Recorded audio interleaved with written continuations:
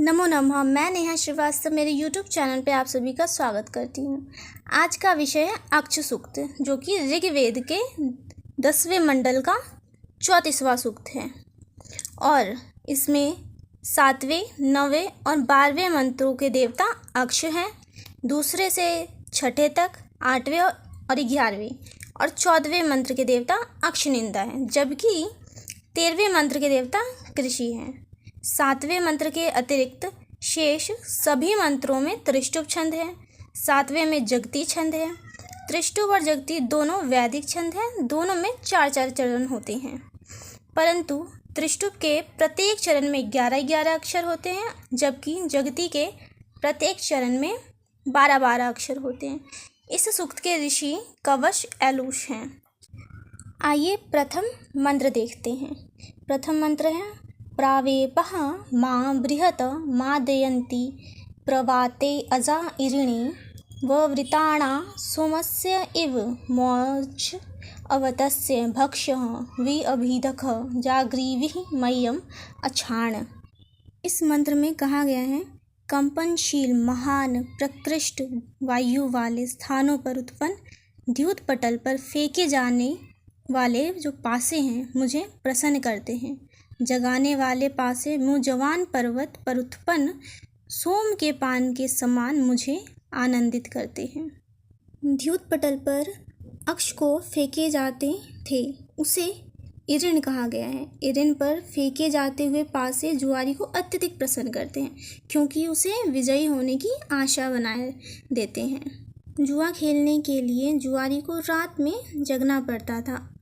पासों को जागृवी कहा गया, इसलिए जुआरी को जुआ खेलने का व्यसन है, अतः उसे पासे उतना ही आनंदित करते हैं जितना कि सोम रस का पान। सोम रस वैदिक कार्यों का ही नहीं अपितु देवताओं का भी प्रिय पेय पदार्थ था, जो मादकता प्रदान करता था। जिस प्रकार मादक सोम का पान कर मनुष्य में उत्साह का संचार हो जाता है, वह अपने सब दुख भूल जाता है, अवर्णनीय प्रसन्नता का अनुभव करता है, उसी प्रकार पासों के विषय में विचार करने मात्र से ही जुआरी को असीम आनंद की अनुभूति होती है। दूसरा मंत्र है न मा मिमेथ न जिहिले एषा शिवा सखीभ्य उत मह्यम आसीत अक्षस्य अहम एक अपरस्य हेतौ अनु अव्रताम अप जायाम अरोधम। इस मंत्र में जुआरी अपनी पत्नी के विषय में कह रहा है कि न तो मुझ पर उसने क्रोध किया, न ही मुझे लज्जित किया मेरे मित्रों के सम्मुख। वह मेरे मित्रों के प्रति और मेरे प्रति सुख देने वाली बनी रही। मैंने एक मुख्य पासे के कारण पतिव्रता पत्नी को छोड़ दिया। हारा हुआ जुआरी अपनी पतिव्रता पत्नी को याद करके इसमें दुखी हो रहा है कि कैसे उसने अपनी पत्नी को छोड़ दिया। तीसरा मंत्र देखते हैं। द्वेष्टि स्वश्रुव अपजाया रुणधि न नाथीतः विदन्ते माडितारम अश्वस्य इव जरतः वसनस्य न अहम विन्दामि कितवस्य भोगम।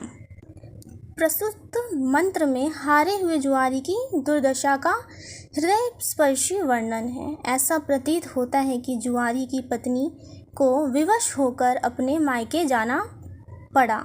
जब जुआरी उससे मिलने वहाँ जाता है तो उसकी सास उससे घृणा करती है, क्योंकि उस जुआरी ने उसकी पुत्री को इतने अधिक कष्ट दिए हैं। अन्यथा जमाता सास के लिए बहुत आदर सम्मान का पात्र होता है। जुआरी की पत्नी अपने पति को यह अपमान सहन नहीं कर पाती, अतः वह उसे अपने मायके में आने से मना कर देती है।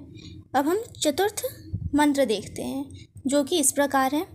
अन्ये जायाम परि मृशन्ति अस्य यस्य अगृधत् वेदने वाजी अक्षः पिता माता भ्राता एनम आहु नः जानीमः नयत बद्धम एतम।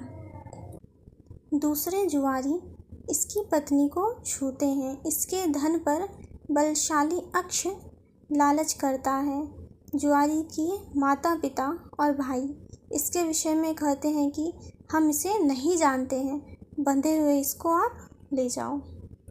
5वां मंत्र है यत आधिदयी न दविषाणी एभि परायत अभ्य अब हिये सखीभ्य निय उक्ता च बभ्रवः वाचम अकृत एमि इत एषाम नियकृतम जारिणी अइव। अर्थात जब मैं सोचता हूँ कि इनसे मैं नहीं खेलूँगा, अतः जुआ खेलने के लिए जाते हुए मित्रों से छिप जाता हूँ, परंतु फेंके जाते हुए भूरे रंग के पासे जब शब्द करते हैं तब इनके स्थान पर व्यभिचारी स्त्री के समान चला जाता हूँ। 6ठा मंत्र है सभाम एति कितवः पृक्षमाणः जेषयामि इति सुषुजानः अक्षसा यस्य वितिरन्ति कामं प्रति अदिव्यने दधत आकृतानि। आज मैं जीत जाऊंगा, इस प्रकार सोचता हुआ पृक्षमाणः और शरीर से चमकता हुआ जुआरी सभागृह को चला जाता है। प्रतिद्वंदी जुआरी के प्रति दाव लगाते हुए पासे इसकी इच्छा को बढ़ा देते हैं। 7वां मंत्र है अक्षासः इत अंकुशिणः निअतुदिनः निकृतवाणः तपनः तापयिषन्वः कुमार अदेशिणः जयतः पुनः अहनः मधवा सम अपृक्ता कितवस्य बहरनाम।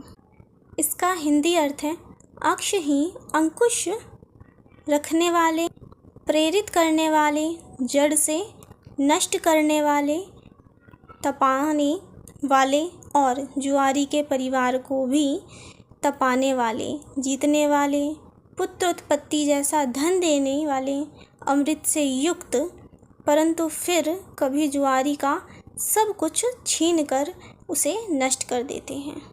8वां मंत्र है त्रिअपंचाशः क्रीडति व्रातः येषां देवः अइव सविता सत्ते अधर्मा उग्रस्य चित् मन्यवे न नमन्ते राजा चित् एभ्य नमः इत कृणोति। इसका हिंदी अर्थ है इनका 53 का समूह सत्य धर्मा सविता देव के सामने खेलता है। भयंकर क्रोध के लिए भी ये नहीं झुकते, बल्कि राजा ही इनके लिए नमस्कार करता है। 9वां मंत्र है नीचा वर्तन्ते ऊपरी सफुरन्ति अहसतासः हस्त अवन्तं हसन्ते दिव्या अंगगारः इरिणे नियुक्ताः शीताः सन्तः हृदयं निदहन्ति। प्रस्तुत मंत्र में अत्यधिक काव्यात्मक अलंकारिक ढंग से पासों के महत्व और उनके अद्भुत विलक्षण शक्ति का वर्णन किया गया है। पासे द्युत पटल पर नीचे की ओर फेंके जाते हैं, परंतु जुआरी के हृदय को धड़काते रहते हैं कि पता नहीं वह जीतेगा अथवा नहीं। हृदय शरीर के ऊपरी भाग में है, अतः कहा गया है कि ये पासे नीचे रहते हैं परंतु ऊपर की ओर स्फुरन करते हैं। यद्यपि पासे स्वयं हस्त रहित हैं, तथापि हाथों से युक्त जुआरी को बिना किसी कष्ट के सरलता से पराजित कर देते हैं। 10वां मंत्र है जाया तप्यते कितवस्य हीना माता पुत्रस्य चरतः क्व स्वित् ऋणा अवा विभयत धनम इक्षमानः अन्येषाम अस्तम उपनक्तम। अर्थात जुआरी की बिछड़ी हुई पत्नी कहीं कहीं भटकते हुए पुत्र की माता दुखी होती है, ऋण लेकर डरता हुआ धन की इच्छा करता है। जुआरी दूसरे के घर को रात को जाया करता है। जुआरी में